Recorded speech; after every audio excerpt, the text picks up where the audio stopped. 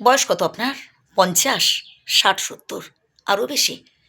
আপনার বয়স যদি ৫০-এর বেশি হয়ে থাকে, আজকের কথাগুলো আপনার জন্য। কারণ আজকে কিছু গুরুত্বপূর্ণ কথা বলবো, যেগুলো শুনলে আপনার মনের সব টেনশন দূর হয়ে যাবে। তাই শেষ পর্যন্ত শুনুন কথাগুলো। সর্বপ্রথম যেটা করতে হবে তা হলো নিজেকে বিন্দাস রাখতে হবে। একদম হাসিখুশি থাকতে হবে। কোনো রকম টেনশন করা যাবে না। মনে রাখবেন, স্বয়ং বিধাতা যখন যেটা করেন আমাদের ভালোর জন্যই করেন। হ্যাঁ, একটা সময় আপনি আপনার পরিবারের জন্য অনেক কিছু করেছেন, অনেক স্যাক্রিফাইস করেছেন, কিন্তু এখন তাদের থেকে যতটুকুন পাচ্ছেন খুবই সামান্য। এতে কষ্ট পাচ্ছেন, মন খারাপ করছেন? না বন্ধু, আপনি আপনার দায়িত্ব পালন করেছেন, আপনি আপনার কর্তব্য পালন করেছেন। বাকিটা না বিধাতার উপর ছেড়ে দিন।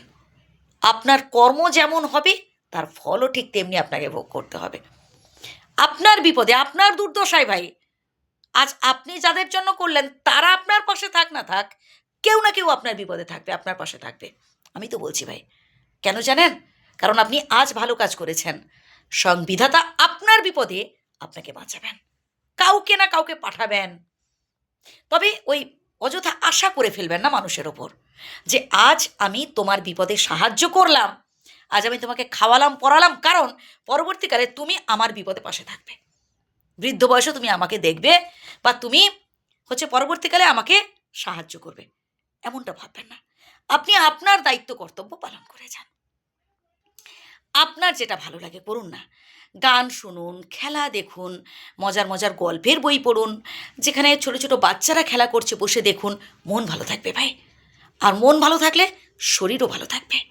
আর মন শরীর ভালো থাকলে সব কিছু বিন্দাস লাগবে।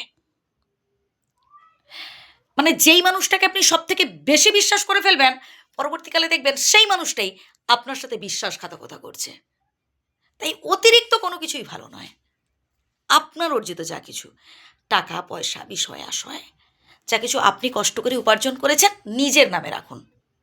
দান ধ্যান করুন, সবই ঠিক আছে, কিন্তু সব কিছু নিজের নামে রাখবেন।